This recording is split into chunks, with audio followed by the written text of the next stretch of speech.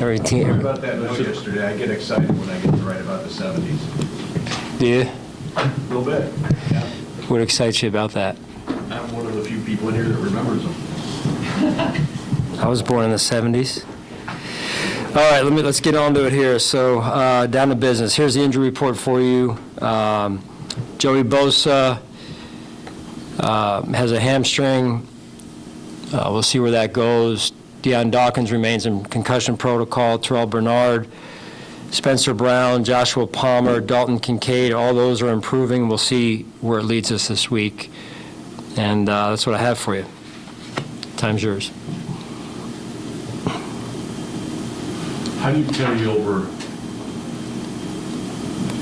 after a win like that, and just the struggles with consistency you've had over this 2-month stretch, and the importance of carrying over the performance, a workman-like performance like that?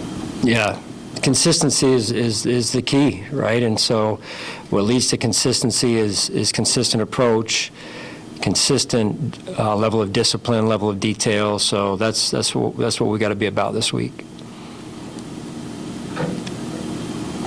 What did the film show you about the offensive line's performance yesterday? Yeah, unique. It was. I don't know that I've ever seen. That rushing performance it stands almost alone, right? In terms of my NFL career. Toughness, togetherness, finishing plays the right way, great technique, mindset. So it's just really fun to watch, really was.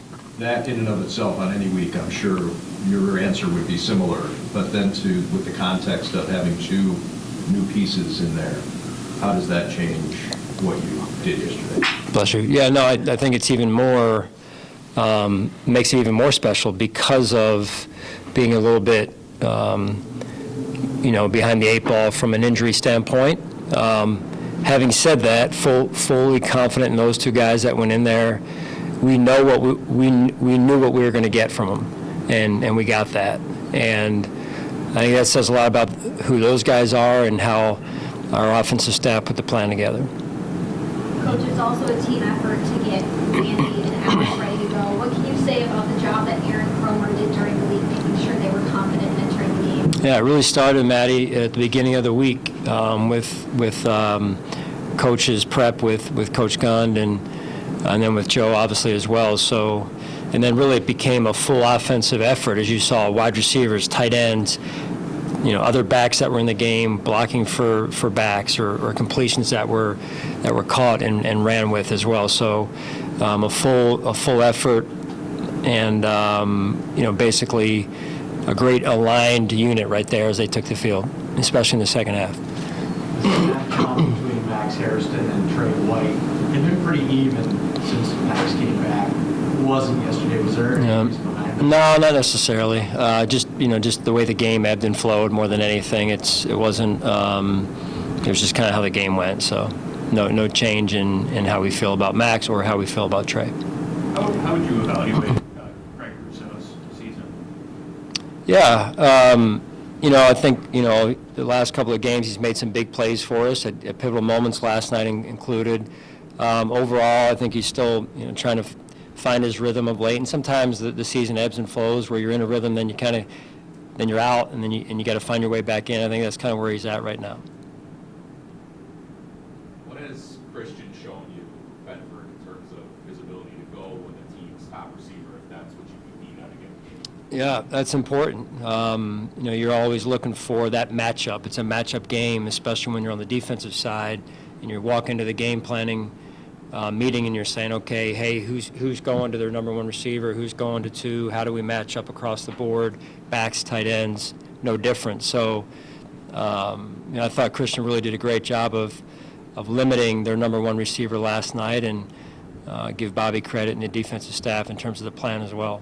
On top of that plan, though, what does it mean that Christian usually he says he will ask for that assignment? Like, what does that say about him that he wants that? Yeah, it's really growth. Last year was one of the first times we ventured into that kind of that schematic version of our defense last year.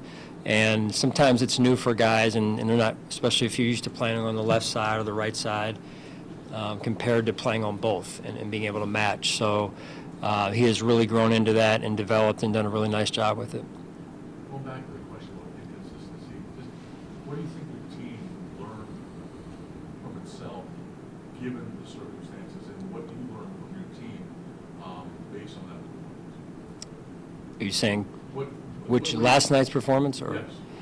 Well, I mean,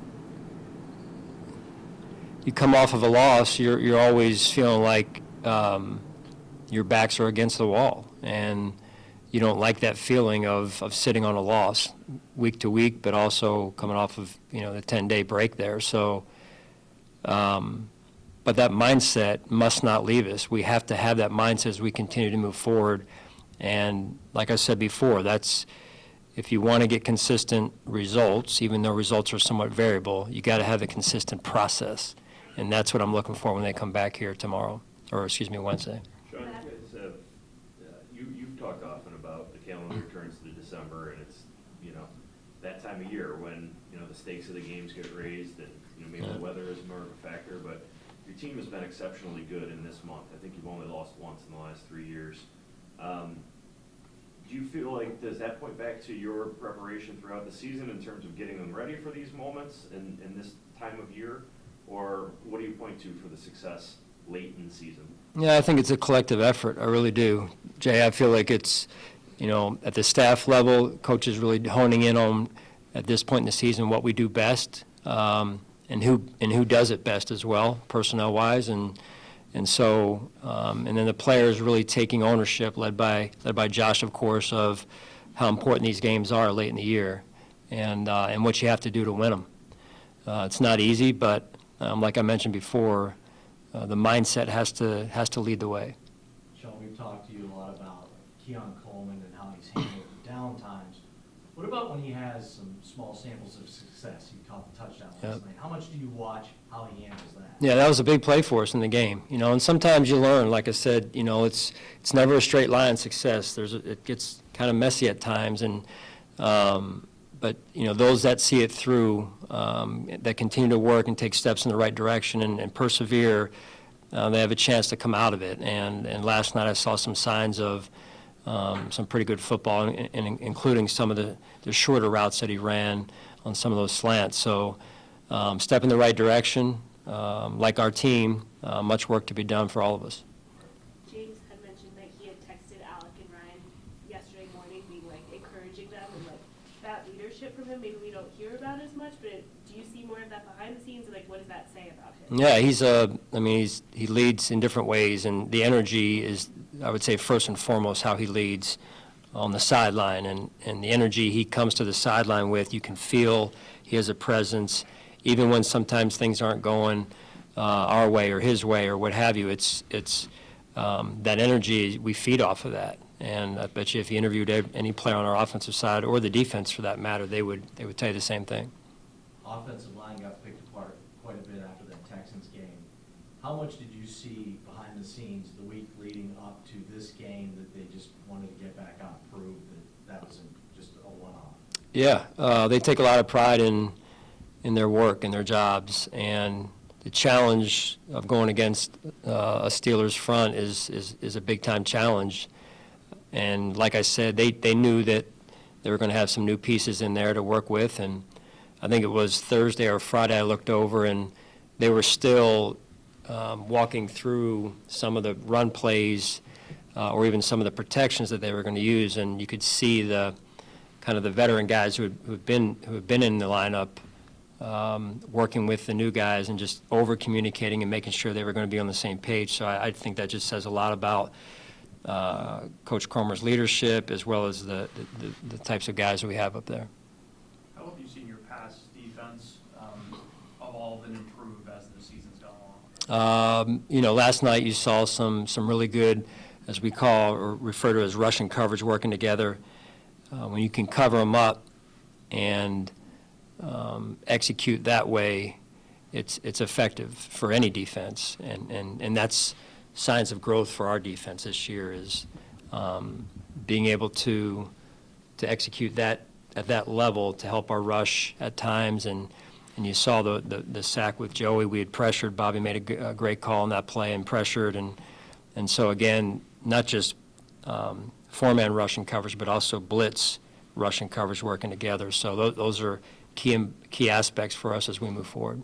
Did you feel the gap integrity coach and the tackling was one of the better Yep. performances your group has had this year? Yep, it was. And again, credit to the players during the week with the staff of, working on it over and over and over again. And not until we could get it right, but until they couldn't get it wrong. And it was executed at a very high level.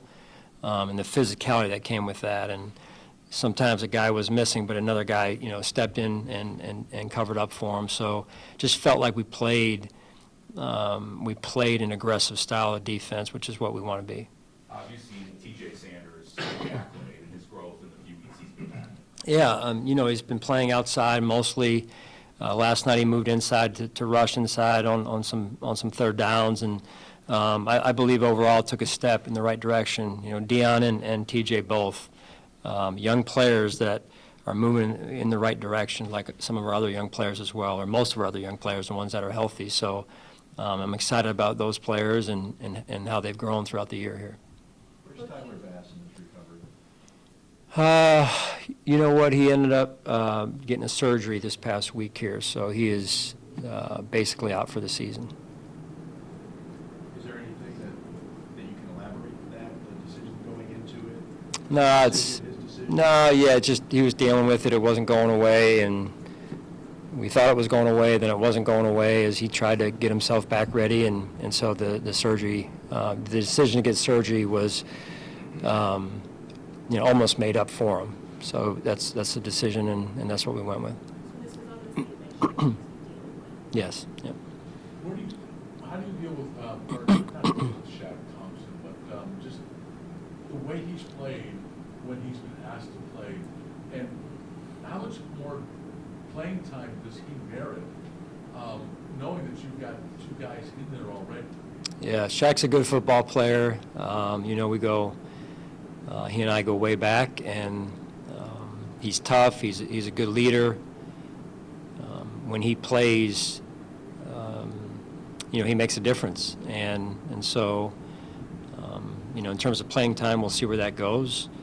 But he has had a pretty darn good influence on our football team. Coach, you spoke about the consistent mindset that you need to see out of the team going forward and sticking to that process. How can you rely on your leaders at this point in the year to help make sure everybody knows about that? Well, Shaq's one of them, and I mentioned after the game last night, Matty, that he had spoken to the team on Friday, I believe it was, of last week, and did a phenomenal job. And this is the time of year where leaders got to get out in front of the team and lead them and take the bull by the horns. So, we need that. That's an important piece of our football team, the direction week to week, the consistency, as John was asking about. That's going to come from our players and their leadership. All right? All right, thank you.